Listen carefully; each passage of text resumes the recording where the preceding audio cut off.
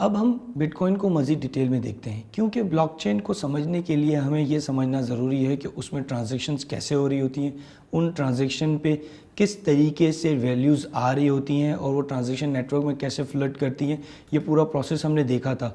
अब हम स्पेसिफिकली मज़ीद डिटेल में जाके देखेंगे कि बिटकॉइन में ट्रांजैक्शंस कैसे हो रही होती हैं, किस तरीके से सारा प्रोसेस हो रहा होता है। तो उसके लिए हमें बिटकॉइन को पहले थोड़ा सा डिटेल में समझना होगा।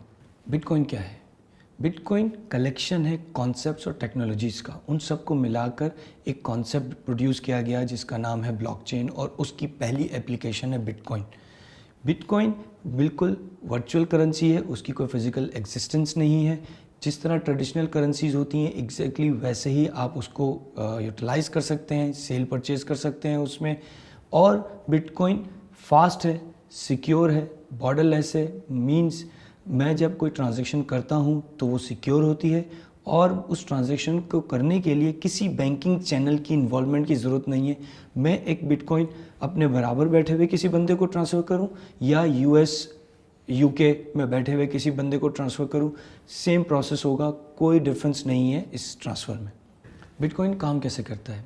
जैसा कि हमने देखा कि बिटकॉइन वर्चुअल करेंसी है, उसकी कोई फिज़िकल एग्जिस्टेंस नहीं है, इसलिए उसमें जो कॉइन होते हैं उनकी इम्प्लाइड वैल्यू होती है। वो कोई नंबर नहीं होता कि आपके पास 2 बिटकॉइन है या 4 बिटकॉइन है, बल्कि एक ट्रांजैक्शन होती है। बिटकॉइन में हर चीज़ ट्रांजैक्शन होती है। आपके पास जितने भी बिटकॉइन होंगे, हर बिटकॉइन एक ट्रांजैक्शन के थ्रू आया होगा। इसीलिए बिटकॉइन के नेटवर्क में हर चीज़ ट्रांजैक्शन के थ्रू वेरीफाई होती है। आप अगर कहते हैं कि आपके पास 2 बिटकॉइन है, तो इसका मतलब ये कि एक ट्रांजैक्शन होगी जिसके आउटपुट में आपका एड्रेस होगा और उसमें लिखा होगा कि इसके में 2 बिटकॉइन है। तो हर चीज़ ट्रांजैक्शन के थ्रू आती है, उसके अलावा किसी चीज़ में नहीं होती। यूज़र ट्रांजैक्शन को साइन करता है अपनी प्राइवेट की से, ताकि वो जो ट्रांजैक्शन पिछली ट्रांजैक्शन में उसके बिटकॉइन मौजूद हैं उसको अनलॉक कर सके और आगे ट्रांसफ़र कर सके। कीज़ जो हैं वो मौजूद होती हैं वॉलेट में।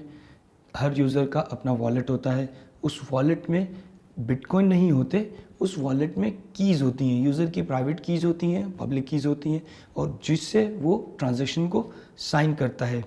जिसके पास भी प्राइवेट की मौजूद है वो ओनर है, जिसकी पोजीशन में प्राइवेट की है वही बिटकॉइन का ऑनर है।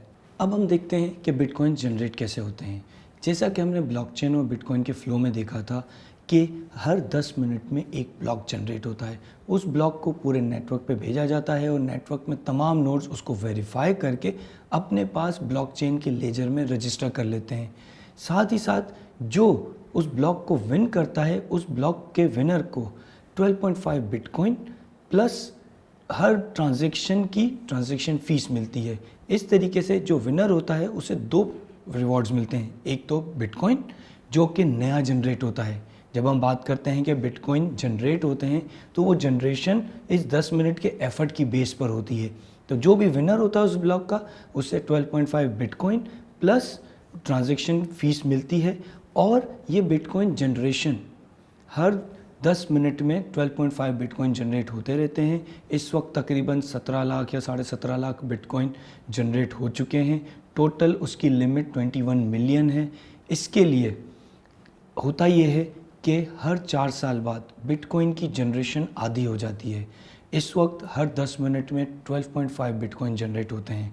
2020 में जाके ये जनरेशन आधी हो जाएगी, यानी कि जो हर 10 मिनट में ब्लॉक बनता है उसमें 12.5 के बजाय 6.25 बिटकॉइन मिला करेंगे एज अ रिवॉर्ड। फिर जैसे जैसे ये टाइम बढ़ता जाएगा, हर 4 साल बाद ये प्राइस आधी होती चली जाएगी, ये रिवॉर्ड आधा होता चला जाएगा, और टोटल 21 मिलियन बिटकॉइन जो हैं वो जाके तकरीबन 2140 में जाके टोटल 21 मिलियन बिटकॉइंस जनरेट होंगे। अब हम देखते हैं बिटकॉइन कॉम्बिनेशन है 4 इनोवेशंस का, आप उसे इनोवेशन कह लें या 4 प्रोसेस हैं वो कह लें, जो कि बिटकॉइन को पॉसिबल करते हैं, उसके सारे फ्लो को मैनेज करते हैं। एक पीयर टू पीयर नेटवर्क जो हम कई बार देख चुके हैं कि तमाम नोड्स नेटवर्क में मौजूद होती हैं और वो ब्लॉक जनरेट करती हैं, कम्युनिकेट करती हैं, जो भी ट्रांजेक्शन होती है पूरे नेटवर्क में जाती है, तो वो पीयर टू पीयर ट्रांजेक्शन्स हैं। इससे क्या होता है, कुछ सेंट्रल एंटिटी नहीं है, ऐसा नहीं है कि कोई ट्रांजेक्शन किसी सेंट्रल एंटिटी के पास जाए और फिर पूरे नेटवर्क में पहुंचे।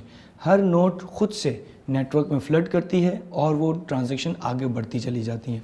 तो एक आपका पीयर टू पीयर नेटवर्क है। सेकंड आपका है पब्लिक लेजर। बिटकॉइन के अंदर लेजर मौजूद है, जैसा कि हम कई बार डिस्कस कर चुके हैं। उस पब्लिक लेजर में ट्रांजैक्शन मौजूद होती हैं, जिसमें मौजूद होता है कि कितने बिटकॉइन रिसीव हुए, इनपुट आउटपुट होता है जिसमें मौजूद होता है कि कितने बिटकॉइन मैंने भेजे हैं और किसको भेजे हैं। तीसरा, हर ट्रांजैक्शन को वैलिडेट करने के लिए कंसेंसस रूल बने हुए हैं। रूल्स हैं कि ट्रांजैक्शन को वैलिडेट कैसे करना है, उसे कंसेंसस रूल कहते हैं। और चौथा, प्रूफ ऑफ वर्क। वो एक एल्गोरिदम है जिसकी बेसिस पे वेरीफाई होता है कि जो ब्लॉक जनरेट हुआ है आया वो वैलिड ब्लॉक है या नहीं, तो वो प्रूफ ऑफ वर्क के थ्रू जनरेट होता है।